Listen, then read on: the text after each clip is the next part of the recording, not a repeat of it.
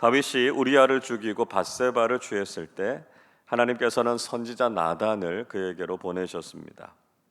1절 말씀 보시면 여호와께서 나단을 다윗에게 보내시니 이렇게 말씀하고 있습니다. 하나님께서 나단을 다윗에게 보내셨다라고 하는 것은 하나님께서 범죄한 다윗을 포기하지 않으셨다라고 하는 것입니다. 죄를 지은 사람을 향한 하나님의 가장 무서운 심판은 내버려 두심입니다. 신학적으로는 유기 이렇게 이야기하죠. 죄를 지어도 하나님의 벌이 임하지 않는다고 하나님이 안 계신다거나 자신의 죄가 아무런 문제가 없다 이렇게 생각해서는 안 된다는 것이죠. 죄에 대한 즉각적인 하나님의 징벌이 없다라고 하는 것이 사실은 가장 무서운 하나님의 심판이다라고 하는 것을 알아야 합니다. 그러나 다행스럽게도 다윗이 범죄한 후에 하나님께서는 즉시 나단을 보내셔서 다윗의 죄를 깨닫게 하려고 하셨습니다. 범죄한 다윗을 위해서 하나님께서 포기하지 않으시고 나단을 보내셨다라고 하는 것이 얼마나 큰 은혜인가 하는 것을 보여주고 있는 것이죠. 나단은 다윗에게 한 가지 이야기를 들려주었습니다. 어떤 성읍에 부자와 가난한 사람이 있었습니다. 부자는 양과 소가 많았고요. 가난한 사람은 작은 암양 새끼 한 마리뿐이었는데요. 얼마나 정성스럽게 키웠는지 딸 같은 양이었다. 이렇게 말씀하고 있습니다. 그런데 어느 날 부자가 자신의 집에 손님이 찾아왔을 때 자신의 양이 아니라 가난한 사람의 집에 있던 이 한 마리뿐인 암양 새끼를 잡아서 그 사람을 대접했다라고 하는 것이었습니다. 여기까지 이야기를 들은 다윗은 분노했습니다. 5절을 보십시오. 다윗이 그 사람으로 말미암아 노하여 나단에게 이르되 여호와의 살아계심을 두고 맹세하노니 이 일을 행한 그 사람은 마땅히 죽을 자라. 다윗은 하나님의 살아계심의 맹세를 두고 그 사람이 반드시 죽어야 한다 이렇게 말했습니다. 또 6절에서 그 부자가 가난한 사람을 불쌍히 여기지 않았고요. 그런 악한 일을 행했기 때문에 4배나 손해배상을 해야 할 것이다 이렇게 말했습니다. 자, 나단이 왜 다윗에게 직접 죄를 지적하지 않고 이런 예화를 사용했을까요?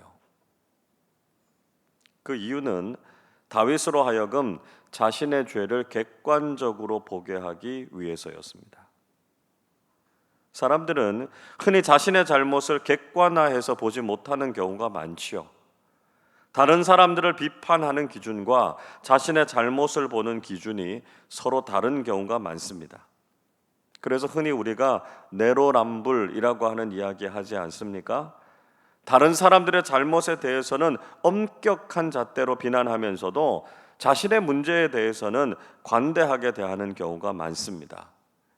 그래서 나단은 다윗이 자신의 잘못을 객관적으로 보고 자신이 얼마나 큰 죄를 저질렀는가 하는 것을 깨닫게 하려고 이런 방법을 썼던 것이죠. 드디어 나단은 다윗의 죄를 밝히 드러내서 알려주었습니다. 7절 앞부분 보시면 나단이 다윗에게 이르되 당신이 그 사람이라 이렇게 말씀하고 있습니다. 나단은 다윗이 바로 그 사람이라고 지적했습니다. 다윗이 분노하면서 반드시 죽어야 할 사람이라고 말했던 그 사람이 다른 사람이 아니라 바로 다윗 자신이라는 것이었습니다. 하나님께서 지금까지 다윗에게 그렇게 많은 은혜를 베풀어 주셨는데 다윗은 그것에 대해서 감사하지 못하고 지어서는 안 될 죄를 지었다라고 하는 것이죠. 하나님께서 다윗에게 어떤 은혜를 베풀어 주셨습니까? 7절 말씀 보시면 하나님께서 그를 이스라엘의 왕으로 세우시기 위해서 사울의 손에서 건져주셨다 말씀하고 있습니다. 8절에서는 사울의 모든 소유를 다윗에게 주셨고 지금 있는 것도 부족하다면 더 많이 주셨을 것이라고 말씀하셨습니다. 여기에서 내 주인의 아내들을 내 품에 두고 이런 말씀이 나오는데요.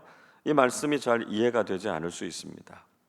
왜냐하면 이 말씀은 마치 다윗이 사울의 첩들을 자신이 차지했다 이렇게 오해할 수 있기 때문입니다. 자, 그러나 이런 표현은 왕이 죽으면 후계자가 그 왕의 모든 소유를 가지게 된다라고 하는 것을 보여주는 표현으로 이해하는 것이 옳을 것 같습니다. 그런데 다윗은 그런 하나님의 은혜를 망각했고요, 악한 죄를 저질렀다는 것이죠. 다윗이 이런 죄를 저질렀던 근본적인 이유가 어디에 있었을까요? 9절 말씀을 보십시오. 그러한데 어찌하여 내가 여호와의 말씀을 업신여기고 나 보기에 악을 행하였느냐? 내가 칼로 햇사람 우리야를 치되 암몬 자손의 칼로 죽이고 그의 아내를 빼앗아 내 아내를 삼았도다 말씀하고 있습니다. 하나님께서는 다윗이 여호와의 말씀을 업신여겼다 이렇게 지적하셨습니다. 10절에서도 이렇게 말씀하죠. 이제 내가 나를 업신여기고 말씀합니다. 이 업신여기다라고 하는 히브리어 단어 빠자라고 하는 말은 가볍게 생각하다, 멸시하다, 과소평가하다 그런 뜻입니다. 즉 다윗은 하나님을 멸시했고요, 하나님의 말씀을 가볍게 여긴 결과 하나님께서 싫어하시는 죄를 지었다는 것입니다. 여러분, 왜 우리가 죄에 빠지게 됩니까? 우리가 하나님을 두려워하고 하나님의 말씀을 늘 무겁게 받아들인다면 우린 죄에 빠지지 않을 것입니다. 그러나 하나님의 말씀을 소홀하게 여기고 하나님을 의식하지 않고 산다면 언제든지 죄의 유혹에 빠지게 된다는 것이죠. 우리는 늘 하나님 앞에서 살아가고 있다라고 하는 사실을 깊이 인식해야 되고요, 하나님의 말씀을 소중히 여기고 그 말씀에 순종하는 사람들이 되어야 한다는 것입니다. 다윗이 저지른 죄에 대해서 하나님께서는 나단을 통해서 징벌이 있을 것이다 예고하셨습니다. 10절 말씀 보시면 다윗이 우리아의 아내를 빼앗아서 자기의 아내로 삼았기 때문에 앞으로 다윗의 집에 칼이 영원토록 떠나지 않을 것이다 말씀하셨습니다. 9절에서 다윗이 암몬 자손의 칼로 우리아를 죽였기 때문에 이제 하나님의 칼이 다윗의 집을 심판하실 것이다 말씀하신 것이죠. 칼이 내 집에서 떠나지 않는다라고 하는 말씀은 하나님의 징계로 죽음이 항상 다윗의 집안에 있게 될 것이다 라고 하는 말씀이었습니다. 정말 그 말씀대로 밧세바가 낳은 아이가 죽었습니다. 또 압살롬이 암논을 죽였지요. 압살롬도 반역을 일으켰다가 죽게 됐습니다. 또 11절에서는 다윗과 그 집에 재앙이 일어나서 그 집안이 비극과 혼란을 경험하게 될 것이다 이렇게 예고하셨습니다. 대표적으로 하나님께서는 다윗이 우리아의 아내를 빼앗은 것처럼 다윗의 아내들도 빼앗기게 될 것이다 말씀하셨습니다. 그것도 다윗이 보는 앞에서 다윗의 아내들을 빼앗아서 그 이웃들에게 줄 것이고요, 백주대낮에 다른 사람들과 동침하는 것을 보게 될 것이라고 말씀하셨습니다.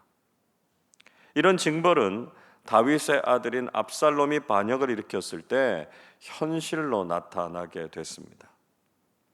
사무엘하 16장 21절 22절 이렇게 말씀합니다. 아히도벨이 압살롬에게 이르되 왕의 아버지가 남겨두어 왕궁을 지키게 한 후궁들과 더불어 동침하소서.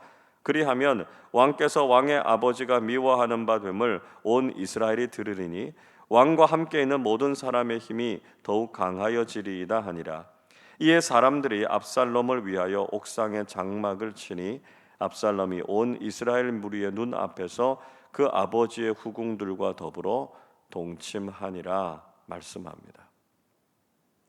다른 사람도 아닌 자신의 아들이 자신의 후궁들과 동침하는 것을 보면서 다윗은 무서운 하나님의 징계가 임하게 됐다라고 하는 것을 깨달았을 것입니다. 다윗은 나단을 통해서 자신의 죄를 깨닫게 하셨을 때 비로소 자신의 죄를 회개했습니다. 13절 말씀 같이 읽어보겠습니다. 다윗이 나단에게 이르되 내가 여호와께 죄를 범하였노라 하매 나단이 다윗에게 말하되 여호와께서도 당신의 죄를 사하셨나니 당신이 죽지 아니하려니와.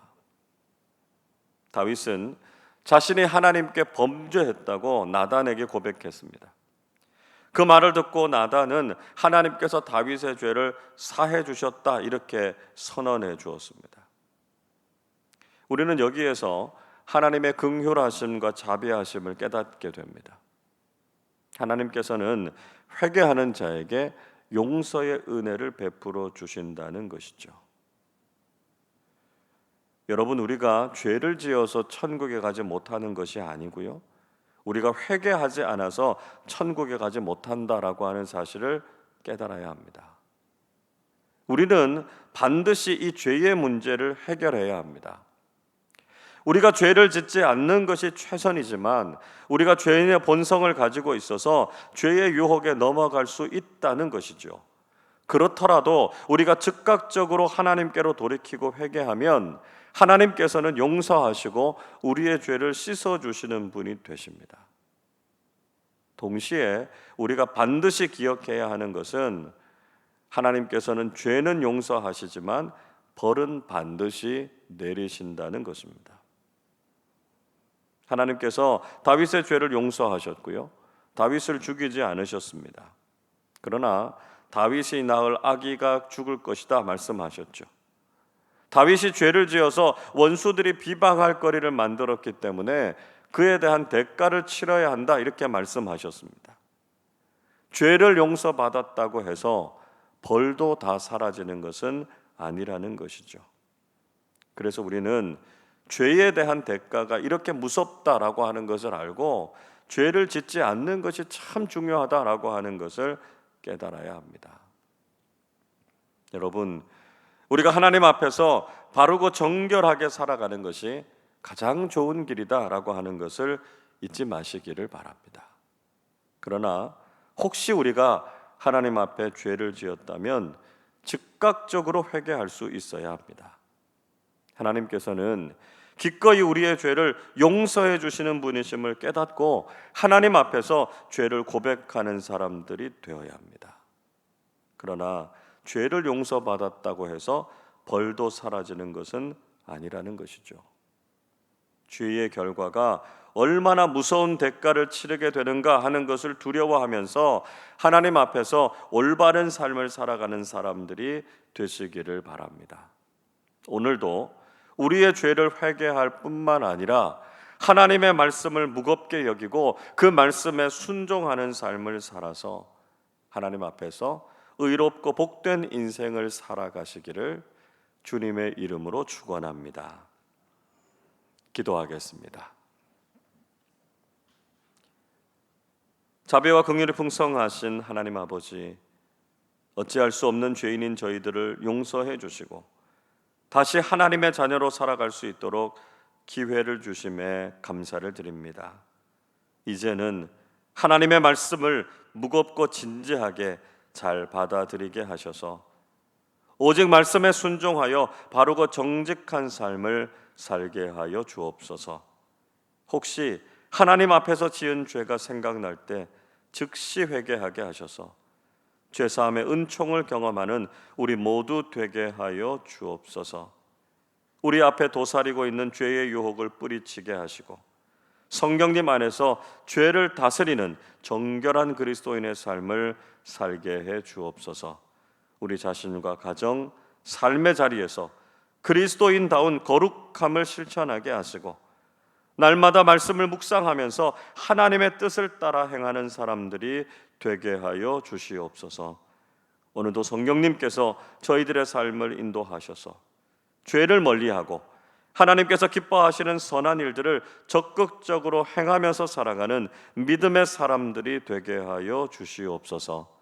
감사드리며 우리 주님 예수 그리스도의 이름으로 기도하옵나이다. 아멘.